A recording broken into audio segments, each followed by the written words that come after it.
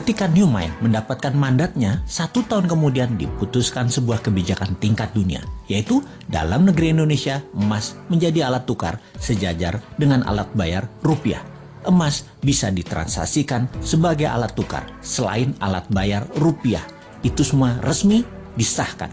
E-Gold adalah transaksi berbasis fisik emas dan digital dengan menyediakan 10.000 ATM Gold dalam 3 tahun di seluruh Indonesia. Dengan adanya ATM Gold, semua orang kalau memerlukan fisik emasnya bisa dalam 24 jam melakukannya. Kemudian, transaksi antar negara dengan Indonesia akan menggunakan emas sebagai alat tukarnya 3 tahun kemudian setelah kebijakan nasional itu dijalankan. Diharapkan dalam 3 tahun setelah hal ini, semua di regional ASEAN, e-Gold menjadi alat tukar resmi antar negara ASEAN dan negara Selatan Pasifik. Dalam 5 tahun, seluruh tambang emas Indonesia menjadi underlying emas fisik e-Gold. Semua ini sesuai dengan pasal 33 Undang-Undang 45 bahwa kekayaan alam milik rakyat 100% dan menjadi base transaksi 24 negara ASEAN dan negara Selatan Pasifik, dari ujung Birma sampai Guam.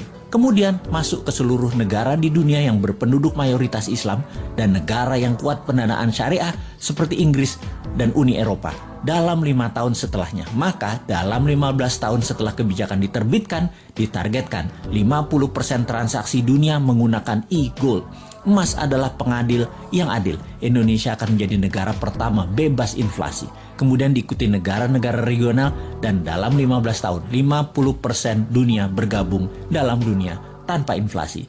Harga emas akan dibuat diam, tidak bergerak, tidak di-floating lagi berdasarkan demand dan supply agar oligar dan globalis tidak bisa bermain harga. Harga emas akan diam, dipatok diam.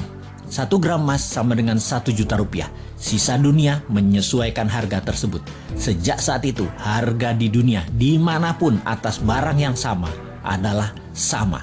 Sungguh, kita memerlukan konsep bernegara yang sontoloyo untuk membuat Indonesia menjadi negara superpower. Kita tidak butuh populis, tidak butuh diliput kegiatan kecil-kecil. Kita butuh gerakan besar yang berani. Seberani pejuang kemerdekaan tahun 45 ketika mereka ditangkap dan dieksekusi sekutu, juga dieksekusi Belanda. Mata mereka tidak terpejam, wajah mereka tenang, tidak menunjukkan ketakutan atau kemarahan. Wajah mereka seperti diliputi cahaya. Itu kesaksian banyak para tentara asing yang bertempur melawan kesatria bambu kuning tersebut. Semua itu membuat mereka ragu perjuangan mereka, para tentara sekutu dan Belanda itu. Karena di bawah sadar mereka tahu, kesatria bambu kuning ini dibela alam, diberkahi Allah, Tuhan semesta alam. Karena itu, mereka segera sadar dan mundur. Segitu besar pengaruhnya bahwa keyakinan membawa kebenaran hakiki oleh pejuang kita di tahun 45 bisa memerdekakan bangsa yang besar milik dunia ini. Saat ini pun Nusantara memiliki pejuang-pejuang itu. Nusantara sudah masanya bergerak. Wahai para pemuda, Anda bersiap berjuang dengan berani, berjiwa tenang karena tahu ini semua perjuangan untuk Indonesia menjadi pengadil dunia teradil untuk membuat dunia ke depan damai selama 1000 tahun. Wahai pemuda New Mind, inilah masa kalian menjadi pembeda, menjadi pejuang kesejahteraan dunia untuk jadi penengah kisruhnya dunia. Rebutlah kekuasaan globalis yang merugikan dan jinakan negara dunia yang saling bunuh untuk kekuasaan dan pertumpahan darah untuk sebuah kepuasan jabatan. Sudah itu semua. Sebar terus pemahaman New Mind yang bisa membuat Indonesia menjadi negara superpower segera. Diawali dengan menjadikan emas sebagai alat tukar dunia. Untuk menjadikan emas alat tukar nasional, segerakan kita menangkan dengan mendapatkan mandat sesegera mungkin. Di tahun 1971, Yankee Go Home atau pasukan Amerika angkat kaki menjadi fenomena epik, di mana pemandangan yang terakhir adalah sebuah helikopter terbang membawa dubes Amerika meninggalkan Saigon. Amerika kalah perang dengan Vietnam. Amerika membela Vietnam Selatan, Vietnam Utara yang komunis menang pada akhirnya. Kemarin kejadian berulang lagi di Afghanistan. Sebuah helikopter terbang di atas American Embassy membawa dubes Amerika keluar Kabul. Yankee Go Home. Taliban yang beraliran khilafah menang. Amerika kalah perang lagi. Setelah sejak tahun 1991 menguasai dalam tanda kutip Afghanistan. Taliban hanya dalam 10 hari pergerakan bisa menaklukkan Kabul. Taliban dengan kekuatan militernya menguasai Afghanistan.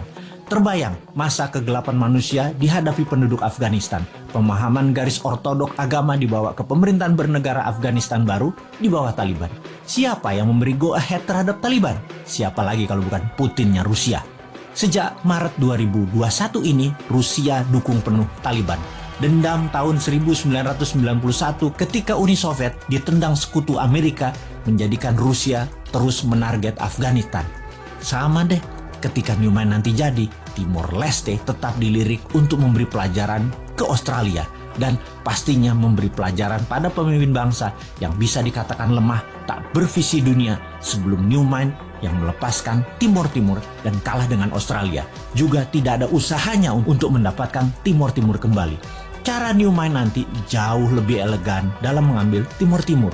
Kita bangun Timor Timur dengan printing money, dengan produksi-produksi Indonesia seperti di kawasan Kek, yang lalu finish produknya kita bangun jalanan, mall, kantor, pusat belanja, jembatan, 1 juta rumah di Timor Timur. Anggap saja Timor Timur itu salah satu Kek atau kawasan ekonomi khusus Indonesia. Pasti panji negara merah putih berdiri lagi di sana. Rusia ambil Crimea, Rusia dukung Taliban, Indonesia ambil balik Timor Leste. Kita tidak pakai alat Tiongkok yang menyedot sumber daya alam Timor Leste. Timor dibangun layaknya provinsi di Indonesia, layaknya kawasan ekonomi khusus di Indonesia. Nanti ada referendum di sana, mau integrasi kembali dengan Indonesia atau menjadi wilayah khusus seperti Guam di bawah Amerika, atau seperti Puerto Rico di bawah Amerika, atau seperti City of London di bawah Union Jack, seperti City of Vatican di bawah Italia. Apapun itu, bendera merah putih dan rupiah serta emas, transaksinya berlaku di sana. Transaksi emas, ya. Sejak tahun 2025 nanti, ketika genap 1 tahun Newman menjabat, maka emas bisa dipakai sebagai alat tukar resmi. Sekarang belum siap. Anda transaksi nanti tidak perlu lagi pakai rupiah, tukarkan dengan gramasi emas. Ditarget dalam 3 tahun, 70% transaksi di Indonesia pakai emas, karena di 30 kawasan ekonomi khusus, termasuk Timor Leste, emas dipakai sebagai alat transaksi, transfer ke sesama tabungan rekening emas. Dengan demikian, Indonesia negara pertama di dunia yang tidak ada inflasi, tidak ada kejatuhan nilai mata uang, karena emas bukan mata uang, emas alat barter, emas alat tukar. Jadi, waduh, jauh bener ya 2025.